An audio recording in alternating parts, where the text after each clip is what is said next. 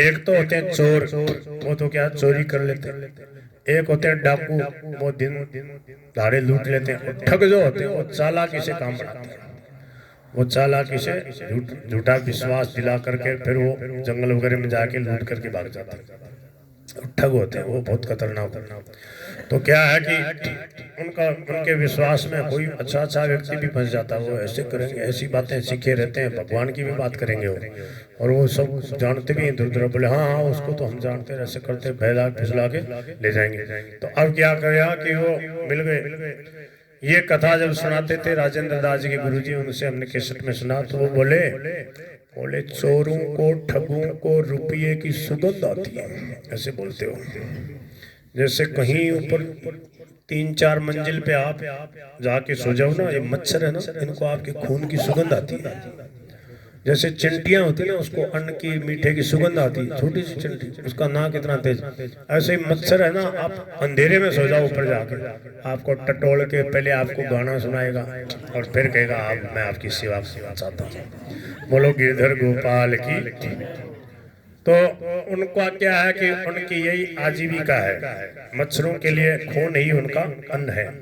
तो क्या करते हैं, उनको सुगंध आती है। जैसे शेर होता ना, शेर चीता वगैरह भालू जंगली जीव, तो मनुष्य कहीं होगा तो मनुष्य की उनको सुगंध आती है। तो वो दूर से देख लेंगे यहीं कहीं मनुष्य आया हुआ है, वो आके छुप करके आ जाएंगे। अपने शिकार की उनको सुगंध आती है, हिरण वगैरह खरगोश है ना, उनको सुगंध आ जाती है कि इधर कहीं आया हुआ है हमारा भोजन। ये भगवान की लीला है। बोल गिरधर गोपाल की। अब क्या हुआ कि वो 4 जो ठग थे, उन्होंने जब जयदेव जी निकले तो देख लिया कि मालमती वाला आदमी है, इसको ठगना। तो जैसे ही निकला रहा, बोले भाई जी कठे जाओ थे, कौन सा गांव से कठे जा सो? बोले मैं केंदू बिल्लू गांव जाओ। अरे बोले वो गांव में तुम्हारा बहुत संबंध है, उसका फूफे का जीजे का भाई हो, ऐसे कर करके सबने निकाल लिया सब। अब संत तो ज्यादा प्रपंच में पढ़ते नहीं ना, जैसे कई जगह हम भी जाते हैं तो हमें बताने लगते हैं, बोले महाराज यार मेरी ये सासू है, ये वो है वो है। आराम से बैठ के पीढ़े पे एक भाई मेरे को बताने लगा, तो मैंने दूसरी भाई से कहा नोट कर ले, चार्ट बना ले, मेरे को दे देना, मेरी याद तो रहेगी। क्यों मेरे मैं फिर भूल जाऊंगा, क्या लेना देना। पर वो प्रेम से बताते हैं, उनको यही बातें आती, बिना पढ़ी लिखी उनको भी सब। बोले ये मेरी ये लगती है, उसके गाँव का ये यहाँ संबंध है, वो है भाई बता दो भाई, क्या लेना देना बाबा जी। बोल गिरधर गोपाल की। तो बोले कि कहाँ जा रहे हो? बोले उस गांव। बोले वहीं हमें भी जाना। ठीक है चलो चलो। अब वो क्या है, थोड़े पीछे पीछे चले, कुछ भूस भुसाट करें, बातचीत करें। और जयदेव जी ने मुड़ के बोले चलो चलो महाराज हमारे आपके साथ साथ चलते। जयदेव जी समझ गए थोड़े अलग ढंग के आदमी। जयदेव जी समझ गए कि ठग है, निर्मल बुद्धि वाले महात्मा समझ जाते। तो उन्होंने कहा अच्छा वहीं आप चल रहे हो जहाँ मैं जाऊंगा? बोले हाँ। बोले ये लो मेरे पास रुपया है, 25 मोहरे हैं, ये दे आप ले।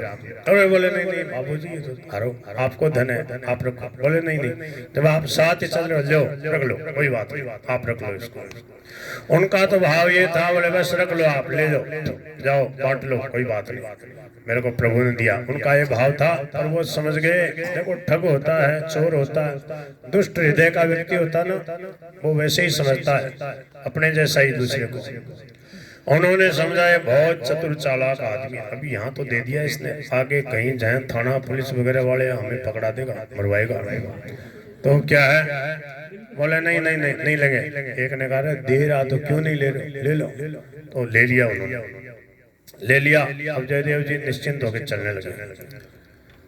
ये भय है, भय जो है ना, भय पैसे में होता है। जो मच्छिंद्र नाथ जी और गोरखनाथ जी जा रहे थे, तो मच्छिंद्र नाथ जी गुरु जी थे, तो उनके पास कुछ रुपये मोहर वगैरह कुछ थे, तो जा रहे थे। तो गोरखनाथ जी साथ साथ चल रहे, महाराज जी बताते थे। तो चलते चलते मच्छिंद्र जी बोले इधर से भय लगेगा, बोले इधर से नहीं चलेंगे, उधर से चलेंगे, हाईवे से होगी। उस समय भी हाईवे होते, ऊंटगाड़ा का रास्ता, एक घोड़े का रास्ता। तो उन्होंने समझ गया भय इसमें है गांठड़ी में। तो बोले ले आओ गुरु जी, या गांठड़ी में ले लो।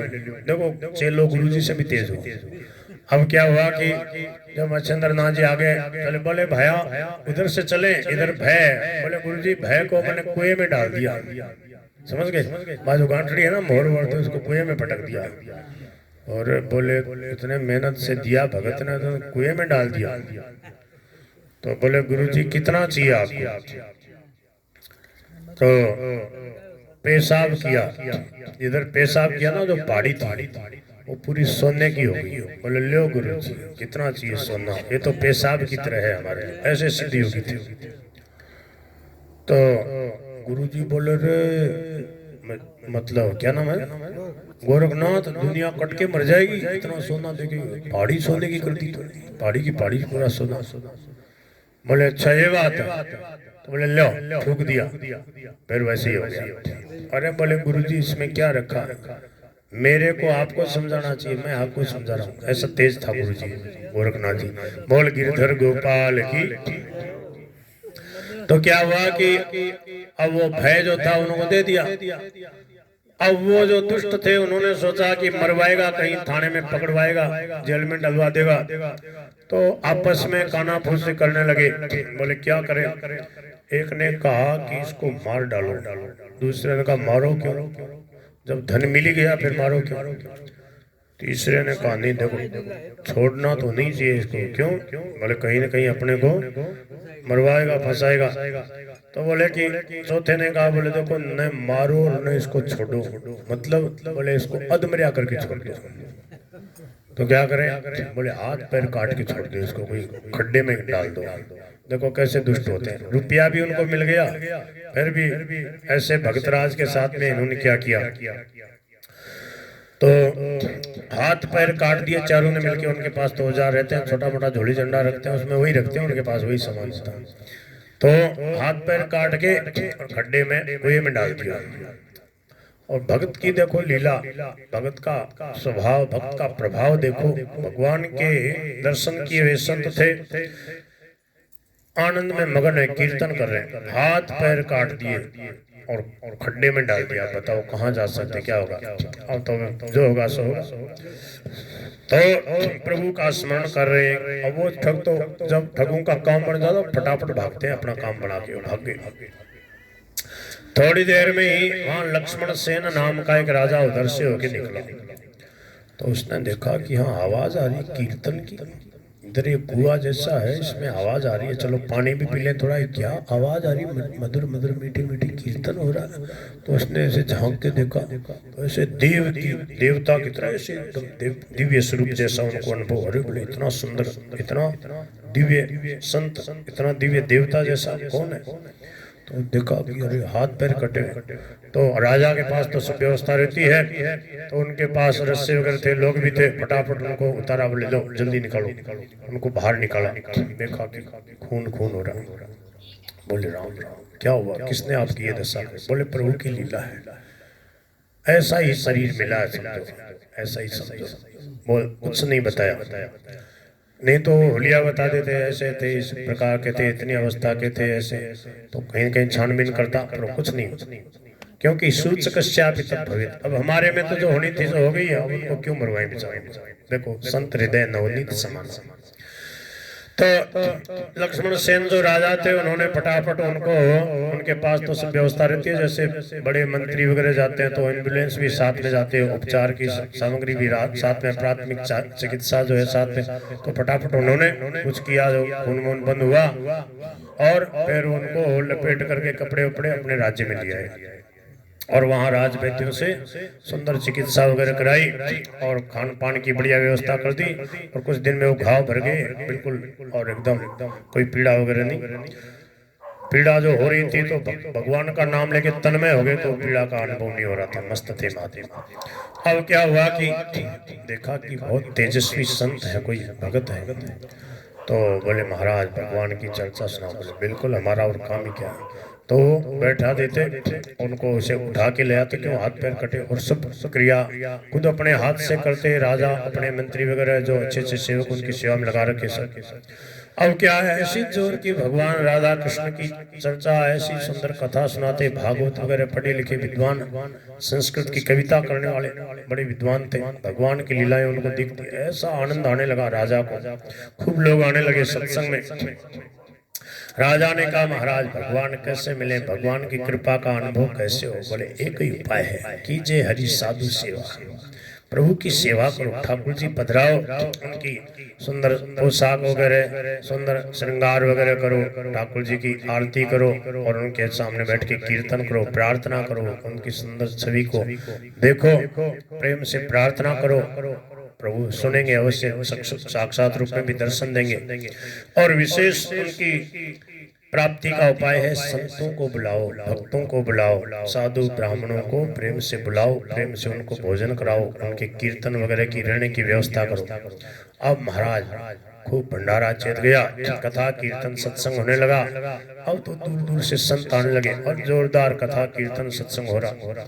जो भी संत आता बोले उनको खूब दक्षिणा दो, किसी के संतों के कोई कमी नहीं रहे। देखो राजन, संत कभी भी कोई चीज का दुरुपयोग नहीं करते, उनके हाथ में जो कुछ भी जाएगा उसका बढ़िया से बढ़िया सदुपयोग ही होगा। इस बात को जो मान जाता है वो खुले हृदय से संतों के यहाँ पर सेवा करता। अब देखो संतों के पास क्या, संतों के यहाँ हजारों हजारों लोग भोजन प्रसाद पा रहे। क्यों? सब दिन दुखी, जितने भी कोई भी परेशान हो, जिसको कहीं नहीं मिलता है, वृंदावन में चले जाओ, इतने अच्छे अच्छे संतों के आश्रम। तो जो संत होते हैं सबको भगवान का स्वरूप मानते हैं। गायों की सेवा, दिन दुखियों की सेवा, साधु ब्राह्मणों की सेवा, गरीबों की सेवा, तो सेवा ही सेवा, सेवा सुमिरन सत्संग स्वाध्याय, ये जीवन के सार तत्व है। अब राजा जो है खूब प्रेम से भंडारा, खूब संतों को कभी खीर मालपुआ, कभी लाडू पेड़ा, कभी बर्फी, कभी गुलाब जामुन, कभी समोसा, कभी बादाम का हलवा, कभी काजू की कतली। और दूर दूर से लोग आने लगे। कभी कहते हैं संत बोले आज खींचड़ा बनाओ, बोले खींचड़ा लो, बढ़िया घी डालो, कढ़ी बनाओ, बोले भाई जो संत इच्छा करते ऐसा बढ़िया, कभी लापसी, कभी हलवा। अब तो बूढ़े बूढ़े संत भी आने लगे जिनके दांत नहीं थे, बोले हमारे लिए भी व्यवस्था है, संत जो चाहे वो सबके लिए सब व्यवस्था। अब क्या हुआ कि वो जो ठग थे उन्होंने सोचा रे वो राजा जो है खूब साधु संतों की सेवा करता, खूब दक्षिणा भी बढ़ती है। तो उन्होंने भी क्या किया, साधुओं का वेश धारण कर लिया, क्योंकि उनको रुपया चाहिए था। अब साधुओं का रूप धारण कर लिया, उनके पास चारों संप्रदाय की पोशाक थी। देखो ऐसे ऐसे भी ठग होते हैं। वो देख लेते हैं कि यहाँ गौड़िए महात्माओं का भंडारा है, वहाँ कैसी पोशाक चलेगी, कैसा तिलक हो, वो भी उनको मालूम। कैसी कंठी वैसी पहन के दो, ये तो हमारे गुरु भाई है, लो भाई उनको भी बैठाओ पंडित में, और वहीं बैठ जाएंगे जहाँ बढ़िया बढ़िया भंडारा हो के, जहाँ बढ़िया दक्षिणा मिलेगी। जहाँ देखेंगे रामानंदियों के भंडारा तो वैसा तिलक करेंगे, समझे, खड़ा तिलक, दोनों तरफ जो है सफेद, बीच में लाल। और जब देखेंगे कि निम्बार्कियों का है तो यहाँ तक नाक के आधे भाग तक यहाँ तिलक आएगा और ऐसे करेंगे। और जब देखेंगे कि तटिया स्थान वालों का वहाँ भंडारा तो नाक के कोने तक तिलाएगा, यहाँ तक ऐसे आएगा, वैसा कर लेंगे जहाँ जैसा। और देखेंगे कि सन्यासियों का है तो सन्यासियों वाली पोशाक पहनेंगे लाल लाल, और फिर ऐसे लगाएंगे तिलक, समझे। कहीं तो विष्णु भगवान का तो ऐसे खड़ा तिलक है, इनका आडा। क्यों? स्वामी जी महाराज कहते थे कि भगवान शंकर हैं, विष्णु के भक्त हैं, तो शंकर भगवान जो है वो राम जी के धनुष जैसा ऐसा ऐसा तिलक करते हैं। और राम जी और कृष्ण भगवान विष्णु, इनके जो भक्त हैं वो क्या है, त्रिशूल जैसा ऐसा तिलक खड़ा, शंकर भगवान का त्रिशूल जैसा तिलक करते हैं, एक दूसरे के भक्त हैं। बोल गिरधर गोपाल की। और क्या हुआ कि जयदेव जी वही 4-5-1 बजे का समय, और जयदेव जी नहीं, सुबह वाला समय था, सुबह वाला सत्र 9 से 12 और 3 से 6 जैसे कथा होती ना, तो वो जो संत थे वो आए 11 बजे समझो, और जयदेव जी कथा कर रहे, झूम करके कथा कीर्तन सत्संग सुना रहे, और सब लोग ऐसे बैठे, और वो चारों ठग आए साधु के वेश में, बढ़िया चमकने तिलक करके, और आकर के उन्होंने बैठे बैठते उन्होंने देखा ये तो वही है जिसको हमने हाथ पैर काटे थे, और ये तो वही है। अब जयदेव जी ने भी उनको देख लिया, अब उन्होंने भी देख लिया, अब देखा अरे राम। अब वो सोचे कि अब धीरे से यहाँ से उठे, जैसे वो उठ के जाने लगे, जयदेव जी ने कहा राजन आज आपके भाग खुल गए, क्या बात है, आज बहुत विशेष संत आए, वो देखो पीछे बैठे हैं, वो कभी कभी दर्शन देते हैं, बहुत दुर्लभ संत, उनको आगे लिया। अब राजा ने कहा जो आगे महाराज, कौन? बोले वो देखो वो 4। अब उन्होंने देखा रे प्रसाद, अब तो आज तो मरवाएगा, बड़ा चतुर आदमी, बड़ा चालाक है, देखो कैसे मीठी मीठी बात करके फंसा। अब वो राजा गए, मंत्री गए, बोले महाराज महाराज आगे। वो बोले नहीं नहीं, हम तो बस वही ठीक है, पीछे ही बैठ के। बोले ये बहुत विनम्र संत, ये आगे आना नहीं चाहिए, कृपा करो इनको आगे लिया। अब महाराज उनको बोले महाराज चलो चलो, ऐसे प्रेम से हाथ आदर से हाथ पकड़ा उनका। अब उन्होंने सोचा चलो मरना तो वैसे भी है, फजीती करा के क्यों करे, चलो चलो। अब वो आगे ले आए, उनको आगे बैठा दिया जहाँ आगे संत वगैरह विशेष बैठे रहते ना। अब उन्होंने देखा आप तो भाग भी नहीं सकते, बड़ा चतुर आदमी है, एकदम आगे ले आया। अब जब वो कथा सत्संग हो गया, बोले राजन ये बहुत विशेष संत है, इनका विशेष सत्कार करो, इनको महल में अलग से जिमाओ। अब उन्होंने देख लिया, अब तो बिल्कुल कैसे भी नहीं जाने देगा, बड़ा चतुर आदमी। अब उनमें क्या बीती वही जान रहे, पर उनके मन में कोई दुर्भाव नहीं था, उनके मन में कितना विलक्षण सद्भाव है, देखो आगे पता लगेगा। अब क्या हुआ कि अब सब लोगों के सामान्य एक तो पंगत होती है, संतों भक्तों की विशेष भक्तों के अंदर होती है, तो वहां ले गए। अब क्या हुआ, वो सोचा कैसे चकमा देके भागे जैसे तैसे। अब वो कोई छोटी मोटी सेवा बोले हम कर देंगे, आप तो विराज हो, आप बैठो, आप हमें आ गया तो महाराज आप बड़े दुर्लभ दर्शन है, देख लिया उन्होंने ऐसा फंसाया, नहीं जानते। अब महाराज बढ़िया बढ़िया काजू किशमिश बादाम, खूब हलवा, खूब बढ़िया सब्जी खीर परोसा गया। बोले लो संत भगवान ठाकुर जी के भोग लग गया, पाओ। अब वो क्या करें बेचारे, भूखे तो थे ही जी। मैं तो सोचा कैसे भागे, और बोले महाराज खीर कैसी बनी, नमक तो कम नहीं है सब्जी में। बोला ठीक है सब ठीक। उनको तो ध्यान ही नहीं जा रहा खीर में सब्जी में, और सोचा जल्दी भागे, कैसे न कैसे भागे। जैसे तैसे उन्होंने भोजन किया। अब वो सोचे क्या करें कैसे, बहुत गजब का फंसाया। अब वो बार बार कहे हमें बहुत जरूरी काम है, जल्दी जाना। अब राजा आके जयदेव जी से 2-3 बार कह दिया। बोले महाराज वो तो बहुत जल्दी मचा रहे। जयदेव जी ने समझ लिया सही बात है, बेचारे डर रहे हैं। तो बोले कि बात तो सही है राजन, मैं कह रहा हूँ ना बहुत दुर्लभ संत है, कहीं रुकते ही नहीं ज्यादा। आपके बड़े सौभाग्य हैं, थोड़ी देर के लिए रुक गए, इतनी देर रुक गए, अंदर आके भोजन कर लिया। बोले महाराज क्या सेवा। बोले तुम भंडार खोल दो उनके लिए, तो जितना चाहे दे दो, ऐसे संत नहीं मिलने वाले। तो राजा तो बिल्कुल जानता था, उनकी बात मानता, जैसे संत कह दे।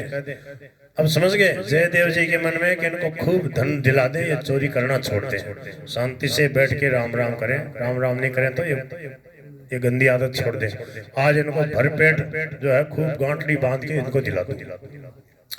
अब जैसे उनको खजाने में ले गया, बोले महाराज आपका ही दिया हुआ है, ठाकुर जी का दिया, जो चाहो जितना चाहो ले लो। तो उनके पास जो छोटी मोटी साफी थी उसको बिछा के ले। बोले ये इसमें तो थोड़ा ही है। बोले महाराज बढ़िया सा चादरा, बढ़िया बढ़िया मजबूत वाले, बोले ले इसमें बांधो। बोले जितना चाहे। अब उनको तो वो तो धन के तो थे ही रहा, और फटाफट उन्होंने बांधी गांठड़ी भारी हो। बोले महाराज चिंता मत करो, हमारे राज सेवक आपके आश्रम तक पहुंचा के। अब 4 8 बोले बदल के ले लो और पहुंचाओ महाराज। 10 एक बच्चे भाली वाले जो है ना वो सेवक कर दिए, अंगरक्षक। बोले महाराज के आश्रम तक ठेठ पहुंचा गया। आश्रम तो था नहीं उनका, वो तो ठग थे। अब उनको साथ कर दिया। जयदेव जी उनको विदा किया ना जब धन देकर, बड़े प्रसन्न हुए। वो सोच रहे थे अब ये छोड़ देंगे, गंदी आदत चोरी करने की आदत छोड़ देंगे, पर दुष्टता त्यागे को नहीं, कितना ही उपकार करा।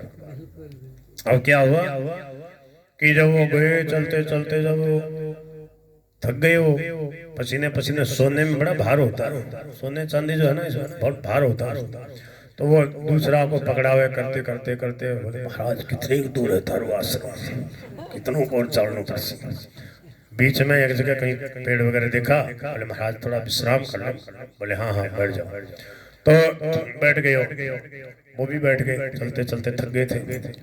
और वो जो राज सेवक थे ना पुलिस वाले, बोले महाराज इतने वर्ष हो गए, आज तक ऐसी सेवा हमने किसी की होती नहीं देखी। आपका इन स्वामी जी से क्या परिचय है? जो कथा कर रहे थे इनसे क्या परिचय, इतना धन दिलाया, आज तक कोई कितने ही संत आए और थोड़ा बहुत दे दे। अब ऐसी कहीं होती है क्या किसी की सेवा कि गड्डी की गड्डी दे दो, बोले 2-2 हज़ार की जितनी गड्डी दे सको दे दो। और वो पैसे वाला भी ऐसा हो कोई अरबपति, बोले महाराज बस बात मत करो, दे तो बोरी भर के दे दे, 2-2 हज़ार की गड्डी, बस कितना दिलाना ये बता दो। तो ऐसे ही मतलब सोना हो, 2-2 हज़ार की गड्डी में क्या करेगी, सोना खूब पोटली भर भर के दे दिया। अब वो देखो अपना पाप अपने मुंडे से बोलता आदमी। अब क्या किया, उन चारों ठगों ने साधु के रूप में थे, वो पुलिस वाले पूछ रहे, बोलता बताओ क्या बात है, इतना आपकी कैसी सेवा करी, आपने क्या किया? अरे बोले इन्होंने हमारे उपकार का बदला चुकाया। क्या उपकार किया? बोले एक किसी राजा के यहाँ हम सेवक थे, पांचों हम कोई नौकरी सेवा करते, आपके स्वामी जी ने कोई बहुत बड़ा अपराध किया और हमारे को राजा ने हुक्म दिया कि इनको जंगल में ले जाके मार डालो, पर हमने मारा नहीं, केवल हाथ पैर काट के छोड़ दिया। देखो अपना मुंह बोल गया ना पाप। बोले हमने इनको मारा नहीं, इनके हाथ पैर काट के छोड़ दिए थे, उसी के बदले में इन्होंने आज हमारी ऐसी सेवा कराई। उनको बड़ा आश्चर्य हो गया, ऐसे कैसे हो सकता है, इतने हमारे महाराज जी ऐसा लगता ही नहीं अपराध कर सकते हैं। तो अब वो पृथ्वी जो है ना, ज्यादा पापी को पृथ्वी सहन नहीं कर पाती, तो फाट गई भूमि में समाये गए उसी क्षण, ऐसा लिखा है। पृथ्वी फट गई, इतने बड़े प्रेमी भक्त और इतना उपकार किया, इनको सुधारने के लिए इतना सोना चांदी, इतना हीरे मोती दिलाए, फिर भी उनके ऊपर झूठा लांछन लगा रहे हैं प्रभु के भक्त पे, तो मैं कैसे सहन करूं? तो पृथ्वी फट गई और वो उसमें समा गए, फिर वापस पृथ्वी ऐसे हो गई।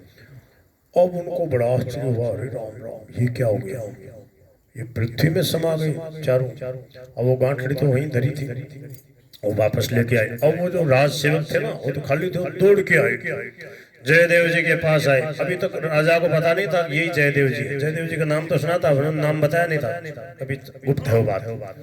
अब क्या हुआ कि वो आए और आके बोले महाराज वो कौन थे? वो तो पृथ्वी में समा गए। ऐसी ऐसी बात हुई, हमने पूछा कि इन्होंने क्यों इतनी सेवा कराई, तो उन्होंने कहा कि एक राजा के यहाँ थे, हमने इनके हाथ पैर काट के इनको छोड़ दिया, मारा नहीं था, इसी के बदले उन्होंने सोचा कि उपकार करा दूं, सोना चांदी दिला दूं, तो पृथ्वी फट गई और पृथ्वी में समा गए। क्या बात? जयदेव जी ने कहा मैं पहले ही कह रहा था, वो बहुत विशेष संत थे, आप लोगों ने समझा नहीं, ना राजा ने समझा। बोले महाराज कौन थे? रे बोले मैं पहले ही कह रहा था, वो पाताल, मैं बताया नहीं आपको, पाताल लोग के सिद्ध थे, वो पाताल में चले गए, फिर छुपा गई बात। देखो संत तो संत ही होते हैं। बोले पाताल लोक से सिद्ध महात्मा आए थे दर्शन देने, थोड़ी देर के लिए आए थे, वो तो उनकी लीला थी और वो वहां समा गए, चले गए। और वो तो सीधे साधे पुलिस वाले, उन्होंने इतना माथा लगाया नहीं, बोले होगा होगा ऐसे ही होगा, जब महाराज इतना कह रहे हैं, इतनी प्रशंसा कर। अब क्या हुआ कि राजा के पास गए।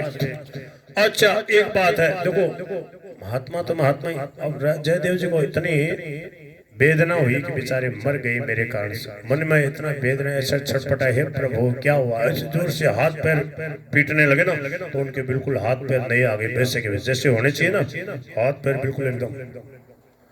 अब उनको और आश्चर्य, एक ही क्षण में ये बात हुई, जब व्याकुल हुए ना जयदेव जी ऐसे करने लगे, तो हाथ पैर उनके बिल्कुल सही हो गए, वैसे आ गए। अब उनको बड़ा आश्चर्य, दो चमत्कार देखे एक ही दिन में। बोले वहां वो पृथ्वी में समा गए, यहाँ महाराज के नए हाथ बिल्कुल वैसे आ गए जैसे पहले के बचपन से रहे। अब वो राजा के पास गए, बोले दो आश्चर्य की बातें देखी, बड़ा गजब की बात है, ये महात्मा जी कौन है? जानकारी बहुत ही विलक्षण, कोई अवतारी कोटि के महात्मा है ऐसे। राजा लक्ष्मण सेन जी आए, देखा महाराज के हाथ, हाँ बोले महाराज मेरा माथा पे फेरते हाथ, इतने इतने प्यारे आपके कोमल कमल जैसे हाथ, चरणों में माथा लगाता, महाराज बहुत प्यारे लग रहे। बोले महाराज बताओ बताओ आप कौन है, ये क्या बात है, क्या रहस्य? बोले नहीं नहीं कुछ नहीं, ऐसा ही है, मैं पहले ही कह रहा था बहुत दुर्लभ संत थे और थोड़ी देर के लिए आपको कृतार्थ करने आए थे। बोले वो कौन थे? बोले वो पाताल लोक के सिद्ध महात्मा थे, चले गए, भजन करने वाले कभी कभी प्रकट होते हैं, आ जाते हैं। बोले महाराज यह बात मेरे गले नहीं उतर रही, सही सही बताओ थे आपके हाथ कैसे आ गए, सही सही बताओ महाराज। राजा भी तो तेज होते ही हैं, वो समझ गए कुछ रहस्य बाबूजी छुपा रहे हैं उनको बचाने के लिए। बोले देखो राजन, बात यह है कि मैं संत हूँ, मेरा संत का आवेश है। और संत कैसा होना चाहिए? उमा संत की यही बड़ाई, मंद करत जो करे भलाई। कोई कितना ही हमारा बुरा करे तो भी उसका उपकार करे, उसकी कभी बुराई न चाहे, बुरा न समझे, बुराई न करे, सदा सबका भला सोचे। सर्वे भवन्तु सुखिनः, सर्वे सन्तु निरामया, सर्वे भद्राणि पश्यन्तु मां कश्चित् दुःखभाग् भवेत्। ये है हमारी भारतीय संस्कृति का मूल मंत्र। यही संत लोग सिखाते हैं, ऋषि में जीते हैं कि सबका भला हो, सबका कल्याण हो, सब सुखी हो, किसी के जीवन में किंचित मात्र भी दुख संकट न हो, सब निरोग रहे, कल्याण प्राप्त करें, सबको भगवान मिले, सब सुखी रहे, शांति आनंद मिले। तो बात ये राजन, ये दुष्ट थे और मैं आ रहा था वहां अमुक गांव से, इन्होंने मेरे पास जो धन दिया भगत ने, उस धन को तो मैंने इनको वैसे ही दे दिया, फिर भी इन्होंने मेरे हाथ पैर काट दिए, खड्डे में पधरा दिया। ये जैसे ही गए आप आ गए, मैंने सोचा क्यों उनका नाम बताऊं, क्यों परेशान करूं। अब आज आपके यहाँ पर वो धन के लोभ से संत बन के आए थे, मैंने सोचा इतना धन दिला दो कि फिर ये चोरी करना छोड़ दें, ठगी करना छोड़ दें, विश्वासघात करना छोड़ दें, शांति से रहें। परंतु प्रभु की लीला अनोखी है। अब आपके पुलिस वालों ने उनको पूछ लिया और उन्होंने उस बात को घुमा दिया, झूठ बोल दिया। पृथ्वी क्षमा नहीं कर पाई। वैसे तो क्षमाशील है, पृथ्वी का नाम है क्षमा एक, परंतु ऐसा जघन्य पाप पृथ्वी फट गई, उनको अपने में समा लिया। उसका इतना बोझ पृथ्वी को सहन नहीं हुआ, बोले फट गई, समा गई। और ये जो को मैं व्याकुल हुआ, उनकी भावना करी कि वो सुखी हो जाते, वो बेचारे मेरे कारण मारे गए। तो प्रभु ने मेरी निर्वैरता को देख करके, प्राणी मात्र के प्रति हित की भावना को देख के प्रभु ने विलक्षण चमत्कार कर दिया। मेरे हाथ वापस आ गए, वो प्रारब्ध जो था वो कट गया और वापस प्रभु की लीला हो गई। अब वो राजा बोले, महाराज आप कौन हो? आपने अभी तक अपने को बताया नहीं, आप कौन हो? बोले भैया मेरे को जयदेव कहते हैं। बोले जयदेव गीत गोविंद के रचयिता, जगन्नाथपुरी वाले, इनके भगवान राधा कृष्ण रस स्पर्श है। बोले प्रभु की कृपा वही सब। अब तो ऐसे लूट गया लंबा। बोले महाराज जयदेव जी होते हैं, आपका नाम तो बहुत सुना था, पर उसमें फोटो का जमाना नहीं था। बोले आप जयदेव जी हो? हाँ, क्या करना, आप ऐसे क्यों न हो। अब तो चरणों में गिर गया। बोले प्रभु पद्मावती जी कहाँ है? आपके साथ पद्मावती जी रहती। बोले वो तो वहीं पे है। अब राजा खुद व्यवस्था करी, पालकी पे बैठा के आदर के साथ पद्मावती को भी अपने भवन में ले आया, जहाँ रानी रहती थी। विशेष सुविधा में अंदर व्यवस्था कर दी, बढ़िया एक कमरे में। बोले यहाँ रहो निवास में रानी जी के और संरक्षण में। और जोरदार सत्संग भजन कीर्तन होने लगा जोरदार। और होते होते अब क्या हुआ, अब तो और प्रसिद्धि हो गई, दूर दूर से लोग आने लगे। बोले जयदेव जी आजकल लक्ष्मण सेन राजा के यहाँ पर सत्संग भजन कीर्तन की बाढ़ आ रही, दूर दूर से लोग आने लगे। बड़ा जोरदार कार्यक्रम चलने लगा। हजारों लोग सत्संग का, भजन का, कीर्तन का, कथा का लाभ लेने लगे। बोलो गिरधर गोपाल की। चलो थोड़ा सा और पूरा कर देते हैं। अब क्या हुआ, एक दिन की बात है, वो जो रानी थी, राजा की रानी, उसका जो कोई भाई था, राजा था कोई दूसरे प्रांत वगैरह का, तो वो क्या है कि जब मर गया तो उसकी जो धर्म पत्नियां थी, रानियां, उसकी जो भाभियां, इसकी जो रानियां ना राजा की, उसकी जो भाभियां, वो क्या कई रानियां थी, तो वो क्या है जैसे ही मर गया राजा, तो वो कोई विष खा के मर गई, कोई कुएं में कूद के मर गई, और कोई जल के मर गई। बोले ऐसी पतिव्रता थी। जब उनका शरीर पतिदेव का चला गया तो बोले वो सब की सब रही नहीं। ऐसे वो बड़ाई कर रही अपनी भाभियों की, इस राजा लक्ष्मण सेन की रानी। पद्मावती जी ने सहजता से कहा, अच्छे उत्तम एक नंबर की उच्च कोटि की पतिव्रता का ये लक्षण थोड़ी होता है। उसका पति मर जाए तो विष खा के मर जाए, डूब के मर जाए, जल के मर जाए, ये तो नीची जो बातें होती हैं। तो एक नंबर की उत्तम जो पतिव्रता होती है, उसका तो इतना अनन्य एक में एक अभिन्न भाव होता है कि वह अपने पति देव का मरण सुनते ही एक क्षण में शरीर त्याग देती है। उसको जलने की जरूरत नहीं पड़ती, न उसको विष खाने की जरूरत पड़ती। अब उसको बड़ी ईर्ष्या हो गई। पद्मावती बोले हो तो ऐसी तो आप ही होंगी। मतलब वो सोच रही मेरी भाभीियों की ये भी बड़ाई करे। वो जो रानियां जो विष खा के मर गई, जल के मर गई, तो अब उसको ईर्ष्या हो गई पद्मावती से। देखो माताएं बहनें वैसे तो बहुत भाव वाली होती हैं, कीर्तन कथा सत्संग में खूब आवेंगी, परंतु ये ईर्ष्या की जो है बात है। बोले कि महाराज देखो, मेरे को भी एक दो बार तो लबड़ धकेल लिया और डांट भी पड़ी मेरे को। बताओ, हम क्या गए सत्संग कराने एक जगह की बात, तो क्या है थोड़ा समय था तो हमने कहा देखो एक जगह करेंगे, तन में होके एक आध घंटे एक जगह सत्संग करें, वहीं सब आ जाओ। अब हमने एक आध घंटे जम के किया सत्संग, भजन वगैरह गाए, कहानी वगैरह सुना दी। बोले महाराज मेरे थोड़ा सा मैंने कहा देखो आगे में जाना है, लंबी यात्रा है, आगे कथा वगैरह है, तो आगे तैयारी करना पंडित जी वगैरह को। तो अब उसने ईर्ष्या कर ली मेरे से। जो संयोजक था ना कार्यक्रम का, श्याम जी सिकर वाला, उसको शिकायत करी। बोले उसके आधे घंटे गए, मेरे 5 मिनट नहीं आए, आपकी महाराज पक्षपाती। मेरे पास में आए, वो शिकायत फोन आया, बोले महाराज आप ऐसा करते हो, उसके 5 मिनट चले जाते। मैंने कहा 5 5 मिनट वाली 5 7 थी, मेरे आगे समय कम था। मैंने कहा एक जगह आनंद ले लेंगे, अब इसमें सामंजस्य बैठा के करना। चले गए, वही बहुत था ना, उधर से निकल रहे थे एक घर जहाँ सब लोग आ सके, हमने कहा ऐसा कर लो। पहले समझाया, फिर भी वो समझ में नहीं आता। बोले उसके आधे घंटे के मेरे 5 मिनट नहीं आए। बोले महाराज बात रो रही है। मैंने कहा रो तो रोड दो, क्या करूँ मैं तो आ गया है। बोलो गिरधर गोपाल की। देखो ये रोग है, बताओ बाबा जी को भी नहीं छोड़ते। तो क्या है, अब क्या हुआ, बोले कि ऐसे तो आप ही होंगी पतिव्रता की एक क्षण में शरीर छोड़ दे। कुछ नहीं बोली पद्मावती जी। अब क्या हुआ, उसने सोच लिया, रानी ने बोले इसकी परीक्षा लूंगी, झूठ बोलती है, ऐसे कोई थोड़ी होता है, 1 मिनट में कैसे शरीर छोड़ देगी।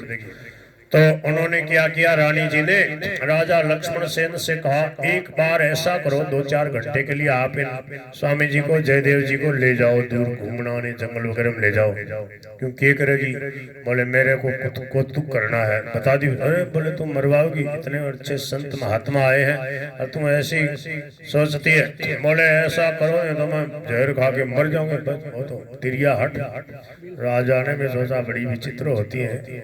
तो उसने सोचा चलो जैसे तैसे महात्मा है शायद संभाल लेंगे बात को। अब वो चले गए, और उसने ऐसा षड्यंत्र रचा, एक कोई दास दासी वगैरह को ऐसे बोले तुम ऐसे नाटक करके आना, हम ऐसी बैठी रहेंगी वहां निवास में, और तुम कहे हाय हाय रे बहुत बुरा हुआ, जयदेव जी को तो सिंह खा गया, ऐसे कुछ कहना, वो तो मर गई, ऐसा करना षड्यंत्र रचा उसने।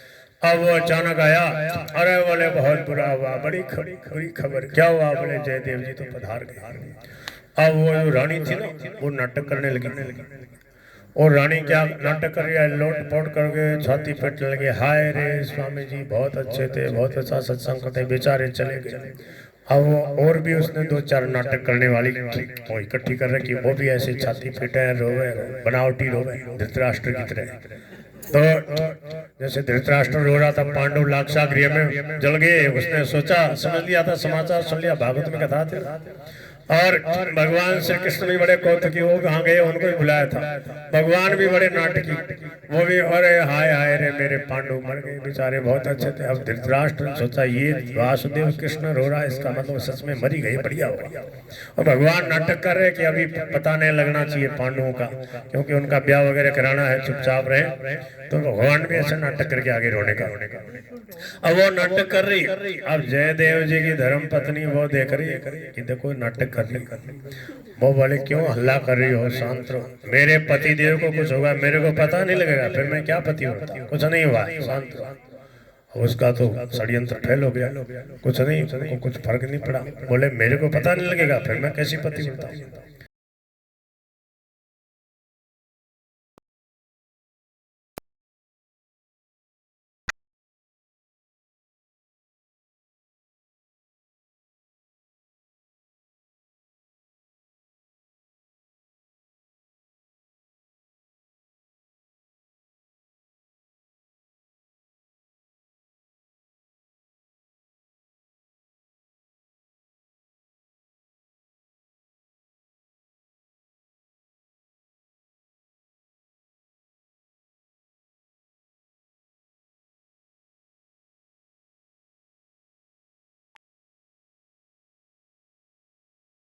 जयदेव जी की धर्मपत्नी ने समझ लिया ये हमारी परीक्षा कर रही है, चलो परीक्षा दे ही देते हैं। बोले मेरे पति देव पधार गए, बोले पधार गए, बोले आए पधार गए तो जय श्री कृष्ण करके और उसने तुरंत एक क्षण में शरीर छोड़ दिया। पद्मावती जी वहीं एक क्षण में शरीर छोड़ गया और वो मर गई। अब रानी ने देखा अरे राम राम ये तो मर गई, सच में ही मर गई एक ही क्षण में। नहीं इसको जलना पड़ा, नहीं कुछ करना पड़ा। अब तो हाय वास्तव में हाय हाय मच गई। अब राजा आया, राजा को बताया, मंत्रियों ने बोले ऐसी ऐसी बात। राजा आए और रानी को बहुत फटकारा, बोले अब तेरे को फटकारने का भी क्या लेना देना, अब तो बस मेरे को जल के मरना पड़ेगा, यही प्रायश्चित, और कोई प्रायश्चित नहीं। तूने इतना विवश कर दिया। और राजा ने लकड़ी मंगाई, खूब बड़ी चिता सजाने लगे। जो समझदार मंत्री थे उन्होंने देखा राम राम जयदेव जी इस समय जरूर संभाल लेंगे परिस्थिति को। वो जाके जल्दी से दौड़ के गए, बोले स्वामी जी कृपा करो, जल्दी पधारो। क्या हुआ? बोले देखो राजा जी है ना वो जलकर मरने की सोच रहे हैं। क्यों?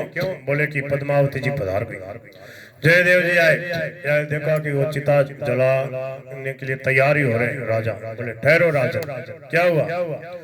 बोले महाराज मैं आपको मुंह दिखाने लायक नहीं है, आप इतने अच्छे संत में इस नालायक त्रिया के चरित्र में आके मैंने क्या कर डाला। महाराज मैं मुंह दिखाने लायक नहीं, मेरे को जलने दो। बोले क्यों जल रहे हो? बोले आपकी धर्मपत्नी पद्मावती को मैंने ही सेवा के लिए बुलाया, पर ये इतनी ईर्ष्या की मूर्ति है मेरी रानी, इसने देखो क्या षड्यंत्र कर दिया, ये पधार गई। बोले चिंता मत करो, ये जो हमारा ये जो गीत गोविंद है ये अमर है, ये अमर वाणी है, ये दिव्य है। ये क्या है? ये ऐसी संजीवनी जड़ी है कि इसके शब्दों को सुन के देखना, चमत्कार देखना, ये जीवित हो जाएगी। चलो सब लोग मेरे पीछे गीत गोविंद का गान करो। ऐसे कह करके और जयदेव जी ने गाना शुरू किया।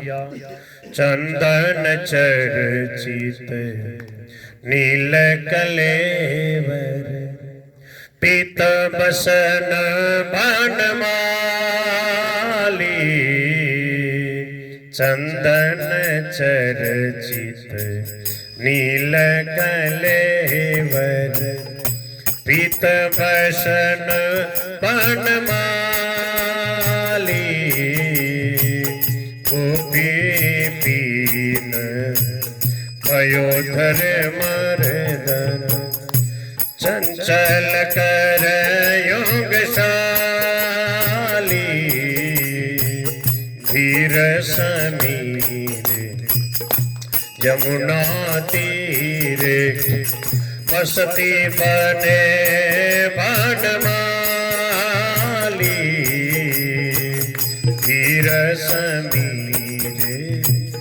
यमुना तीरे। अब हर किसी को तो अभ्यास था नहीं गीत गोविंद गाने का। जयदेव जी आगे गाएगा, गा रहे सही, पद्मावती जी खड़ी हो गई और आगे उनके पीछे पीछे टेर उठाने लगी। रति सुख सारे गत में भी सारे मदन मनोहर वेश,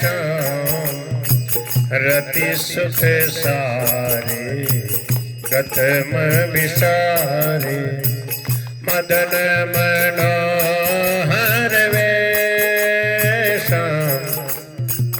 न कुरुनितंबिनी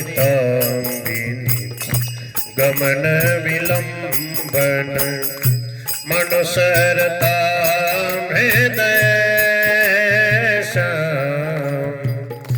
चंदन चर्चित नील कलेवर पीत बसन बनमाली, चंदन चर्चित नील कलेवर। हरे राम राम राम हरे हरे, हरे कृष्ण कृष्ण कृष्ण हरे हरे, हरे राम राम हरे हरे, हरे कृष्ण कृष्ण कृष्ण हरे हरे, श्री कृष्ण गोविंद मुरारे, हे नाथ नारायण वासुदेव, श्री कृष्ण गोविंद हरे मुरारे, हे नाथ नारायण वासुदेव, श्री कृष्ण गोविंद हरे मुरारी, हे नाथ नारायण वासुदेवा, श्री कृष्ण गोविंद हरे मोरा। बोलते जाओ। हे नाथ नारायण वासुदेवा, श्री कृष्ण गोविंद हरे मुरारी, हे नाथ नारायण वासुदेवा, श्री कृष्ण गोविंद हरे बोल मुरारी। भक्तवत्सल गोपाल की जय। जैसे जयदेव जी ने गीत गोविंद गाना शुरू किया, पद्मावती जी खड़ी हो गई, जैसे गा रहे थे उसी लहजे में उनके पीछे गाने लगी। अब तो सब लोग झूम उठे, ताली बजाने लगे, जय जयकार होने लगे। बोलो श्री भक्तवत्सल भगवान की, श्री जयदेव महाप्रभु की जय। तो अब जो है राजा ऐसे चरणों में लौट गया और बार बार गिड़गिड़ाता है, रोता, बोले अब कभी कोई गलती नहीं आने दूंगा महाराज, कृपा करो तो अब जाना मत। क्यों? समझ गया आप बाबा जी रुकेंगे नहीं। जयदेव जी ने कहा अब हमें जाने दो। क्यों? बोले अब देखो कई दिन हो गए, अब वहां जाने दो हमारे को, वहां पर भी हम सत्संग भजन कर रहे थे। बोले नहीं अब तो नहीं जाने दूंगा। रानी ने भी अब क्षमा मांगी, बोले कभी कहीं कुछ नहीं कहेंगे, बस भजन कीर्तन सत्संग करेंगे, जैसे कहोगे वैसे ही करेंगे। बोले देखो अब जो हो गया सो हो गया, अब जाने दो। तो बोले अब नहीं रुकेंगे। क्यों? बोले बस वही पंडित जी वाली और सांप वाली बात है। बोले महाराज की बात? बोले एक पंडित जी थे, फिर बोले कि वो कथा सुनाया करते गांव के बाहर जंगल में एक पेड़ के नीचे जाके कथा सुनाया करते पंडित जी। तो लोग आ जाते गांव के लोग, बोले भाई वहाँ पीपल के गट्टे पे बैठ के पीपल के नीचे थोड़ा चौका वगैरह दे दिया लोगों ने, बोले वहाँ पंडित जी कथा सुनाते, चलो। तो गांव के लोग आ जाते, बैठ जाते, सुनते। कई दिन हो गए कथा करते करते। तो क्या हुआ कि वहाँ एक नाग देवता रहते थे, देवता ही थे कोई, वो चुपचाप आ जाते और कथा सुनते। पहले दिन जब निकले सांप सांप, और चुपचाप वहीं के वहीं। बोले देखो पंडित जी जानते, बोले देखो कालो सांप जो है ना उसको बिना छेड़े कुछ नहीं करता, चुपचाप बैठे लो शांति से। क्योंकि सांप का ऐसा नियम होता है जब तक उसको छेड़ोगे नहीं ना तब तक जहाँ तक वो कुछ नहीं करता। और पैर के नीचे आ गया है, आपने छेड़ दिया पीट दिया तो फिर वो गुस्से में काटता है, नहीं तो वो चला जाएगा, आपके ऊपर से चला जाएगा, नीचे से चला जाएगा, आस पास होके चला जाएगा, कुछ नहीं करता। अब क्या हुआ, इसलिए तो देखो गाँव के लोग एकदम निर्भय रहते हैं। हमने देखा गाँव में हमारे जो घर के बाहर गांव में ऐसे होता, पत्थरों का पुराने पत्थरों का एक ढीग पड़ा हुआ जैसे है ना, इतना ऐसे ढीग पड़ा रहता है और हम वहीं ऐसे चौक में खाट पे सोते हैं और सांप बोलता, हम सुनते रहते हैं सांप बोल रहा है, सांप की हमें आवाज मालूम है। सांप बोलेगा ना कहीं तो हम बता देंगे देखो सांप बोल रहा है। आपको किसी को मालूम है सांप बोलता कैसी आवाज? हमें मालूम है। कहीं भी बोलेगा तो कैसे बोलता है?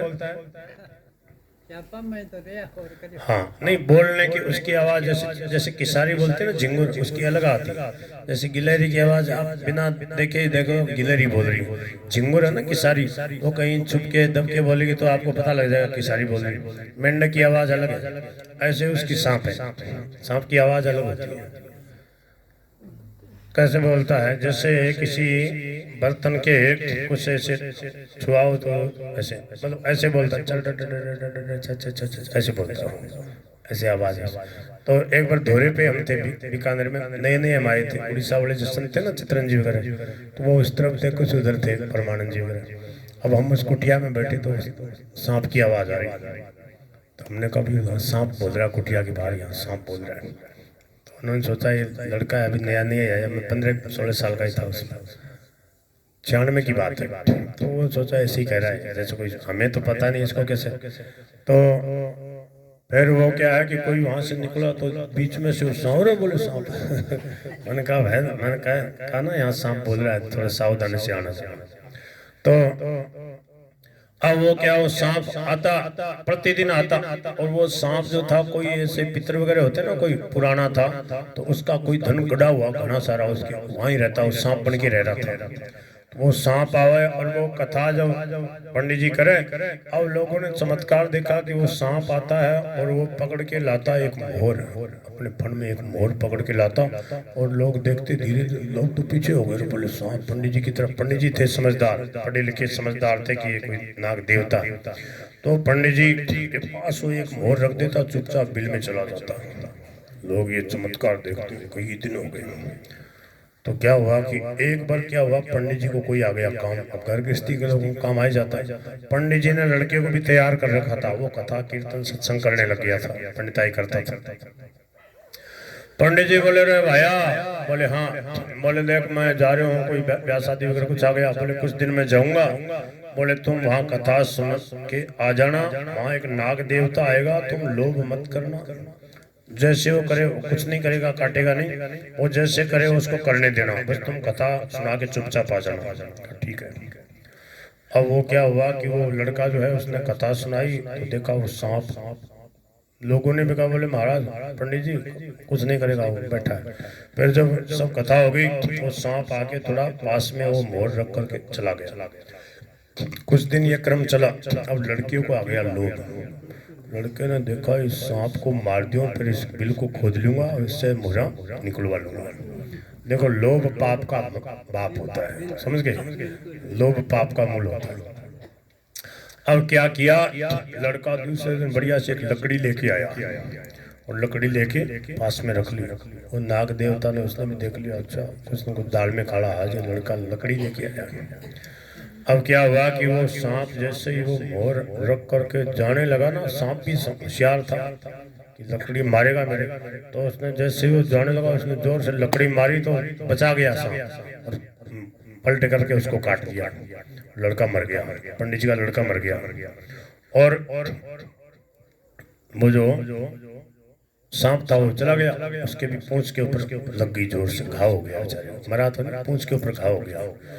अब क्या हुआ कि कुछ दिन बाद पंडित जी आए, गांव के लोगों ने कहा, बोले महाराज पंडित जी ताड़ लो लड़को, तो क्या ही काम करो, नकटो निकलो, नाक कटा दी, नाक क्या कटा दी, वो पूरा ही मरी गया। क्या हुआ, अरे बोले एक एक मोहर दे ही रहा था सांप, ऐसा क्या लोभ किया बेचारे को, सांप के ऊपर उसने लाठी चलाई, तो सांप भी होशियार था, समझ गया था कि लाठी लेके आया तो होशियार रहना, तो पलट के तुरंत और खा गया उसको, मर गया लड़का। पंडित जी ने कहा, जो ऐसी करनी वैसी भरनी, जो हो गया सो हो गया।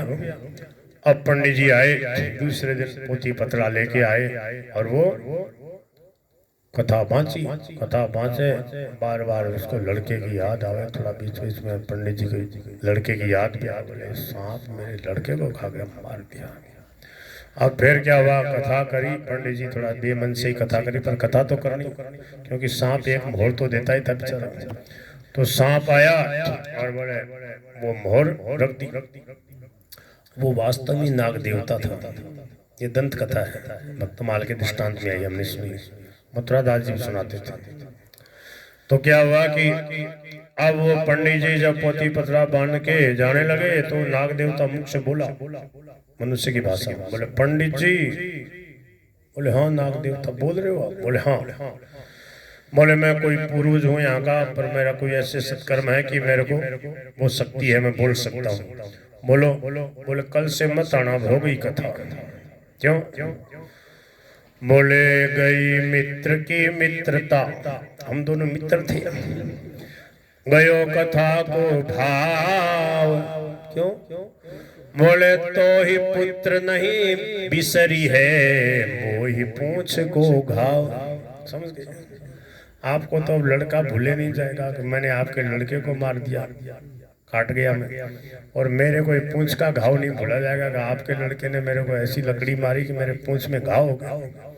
तो बोले गई मित्र की मित्रता, गयो कथा को भाव, अब कल से मत आना। क्यों? बोले तो ही पुत्र नहीं बिसरी है, आप बेटे को भूल नहीं पाओगे, और मोई पूंछ को घाव नहीं बिसरी है, मोई पूंछ को घाव, इसलिए ठीक है अब थे तारा मैं मारा। तो जयदेव जी ने कहा राजन यही बात अब क्या है कि मैं यहाँ रहूंगा ना तो भी अब आपको बार बार याद आएगा कि मेरी धर्म पत्नी ने पद्मावती जी के साथ व्यवहार ठीक नहीं किया, और तुम भी मेरे सामने आओगे, तुम्हें भी संकोच होता रहेगा। बोले अब ठीक है, शांति से आप यहाँ रहो, हम जाते हैं। ऐसा करके खूब मनाया, फिर भी चले गए। अब अपने गांव आ गए, वहाँ भजन कीर्तन सत्संग करते रहे। उसके अब वो बुढ़ापा आ गया, वृद्धावस्था आ गई, जैसे 85 साल के हो गए। लक्ष्मण सिंह जी है, लक्ष्मण स्वामी जी, लक्ष्मण दास जी जितने समझो 80-85 साल के हो, फिर भी गंगा नहाना नहीं छोड़ा। बताओ, अब इनके तो इतनी हिम्मत नहीं है, नहीं तो ये भी पहले तो पैदल ही जाते होंगे विदासर। तो क्या है कि वो बुढ़ापे में भी उन्होंने गंगा स्नान करना नहीं छोड़ा। गंगा जी प्रकट हो गई एक दिन, गंगा स्नान करने गए, गंगा मैया असली रूप में, दिव्य रूप में, लक्ष्मी जैसा रूप है, मगरमच्छ पे सवारी प्रकट हो गई। बोले कि महात्मा जी, बोले हाँ, ओहो गंगा मैया जय हो, गंगा मैया जय हो, प्रणाम किया। बोलो मैया, बोले कल से मत आना, हो गया आपका तीर्थ स्नान, गंगा स्नान हो गया, मैं प्रसन्न हूँ आपके ऊपर। बोले नहीं, मेरे से रहा नहीं जाएगा, मैं तो आऊंगा। तो बोले चलो एक काम करते, आपके गांव में जो सरोवर है, आपके घर के पास में बड़ा सुंदर सरोवर है। बोले हाँ। बोले मैं उसी में आ जाऊंगी कल से, तुम वहीं नहा लेना, वहीं गंगा स्नान हो जाएगा। बोले मुझे कैसा पता लगेगा तुम आ गई हो? बोले कल तुम उठ के वहां आना, बढ़िया सुंदर सुंदर फूल खिले दिखेंगे, तो समझना मैं आ गई हूँ। तो दूसरे दिन उन्होंने जाके देखा सरोवर में सुंदर सुंदर फूल खिले हुए जो कभी नहीं देखे थे, तो समझ गए गंगा मैया आ गई। बोल गंगा मैया की। वो जो सरोवर है उसको जयदेवी गंगा कहते हैं आज भी, उसमें गंगा स्नान करने का फल मिलता है। जयदेव जी के गांव में केंदुबिल में जो सरोवर है, तो ऐसे महाप्रभु जयदेव जी का एक पावन चरित्र है। बोल भक्त वत्सल गोपाल की, गोविंद मेरो है, गोपाल मेरो है, गोविंद मेरो है, गोपाल मेरो है। श्री बांके बिहारी नंदलाल मेरो है, श्री बांके बिहारी नंदलाल मेरो है। गोविंद मेरो है, गोपाल मेरो है, गोविंद मेरो है, गोपाल मेरो है। श्री बांके बिहारी नंदलाल मेरो है, श्री बांके बिहारी नंदलाल मेरो है। गोविंद मेरो है, गोपाल मेरो है, गोविंद मेरो है, गोपाल मेरो है। श्री बांके बिहारी बोलिए नंदलाल मेरो है। श्री बांके बिहारी नंदलाल मेरो है। गोविंद मेरो है, गोपाल मेरो है।